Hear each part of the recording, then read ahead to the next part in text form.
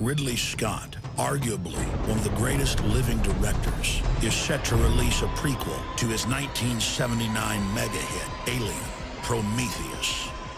One of the most anticipated sci-fi films in recent memory, analysis shows.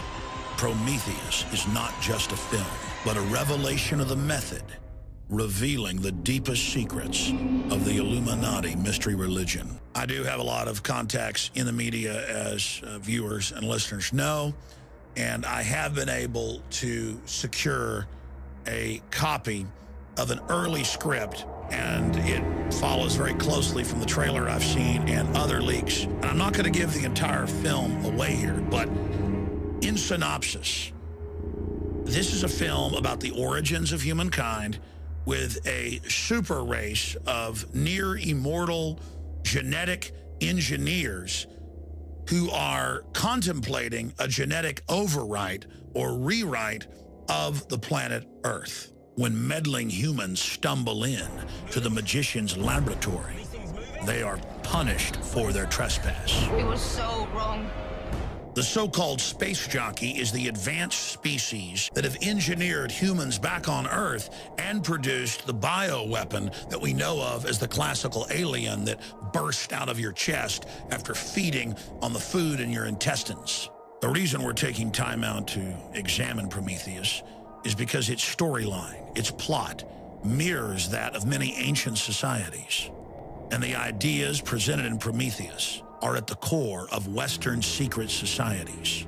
These are ancient civilizations that were separated by centuries, and yet this same pictogram was discovered in every one of them. Please tell me you can read that. I think they want us to come and find them. Across the world, we see evidence of early civilizations' obsession with what they believed were off-world influences. From the Nazca lines in South America to the pyramids of Egypt, we see artifacts, testament to early man's obsession with off-world manipulators.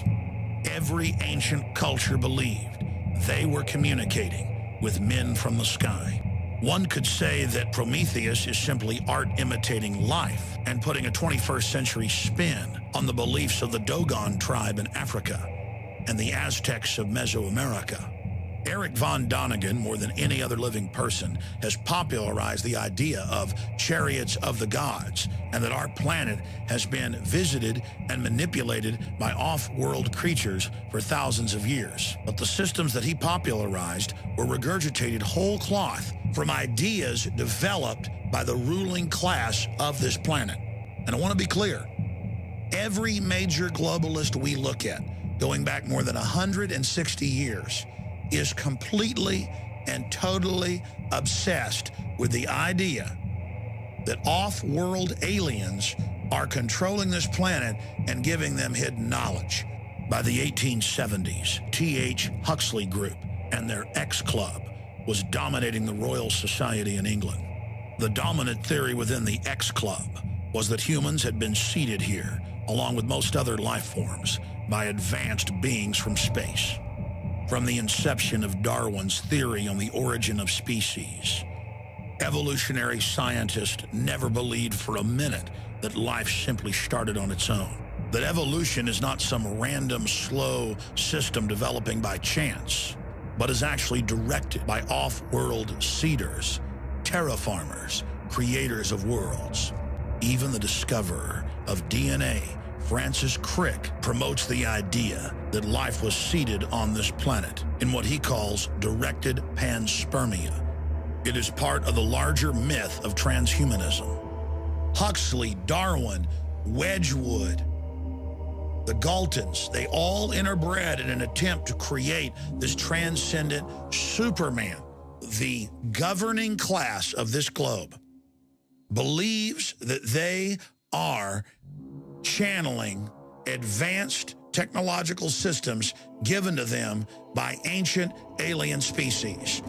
And the science fiction of the last 150 years, whether it's Jules Verne or H.G. Wells or those that came before them, is obsessed with this, and they're on record part of secret societies who believe what they're promoting is actually reality, but knowing that the public is not ready to accept it, They cover it under the guise of fiction.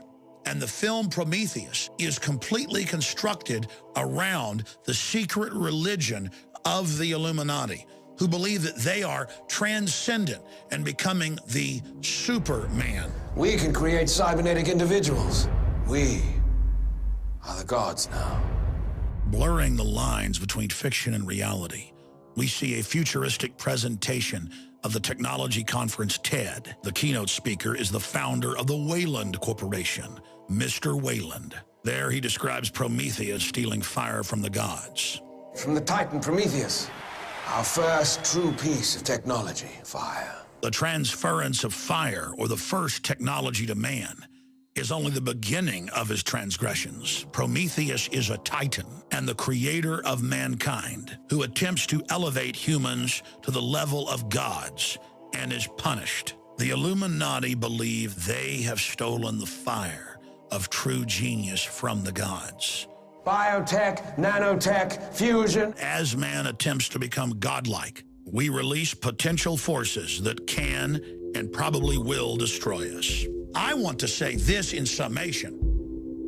We're not facing off-world genetic engineers that the elite believes created this planet. We're facing the global technocrats that are splicing every plant and animal and insect you can imagine together, that are creating chimeras with hundreds of species within them, giving rise to superviruses and bacterial mutations. We are already seeing within 3 generations in rodents total sterilization and massive deformities in these animals.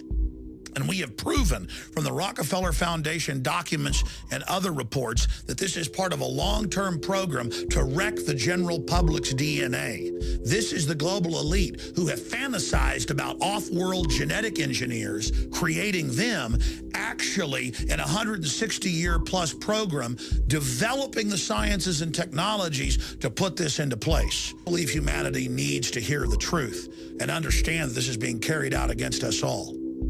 I know the plot of the film. I know how it ends, but I'm going to leave that for you to discover. The point is, the film itself is only a revelation of the method, an externalization of the hierarchy.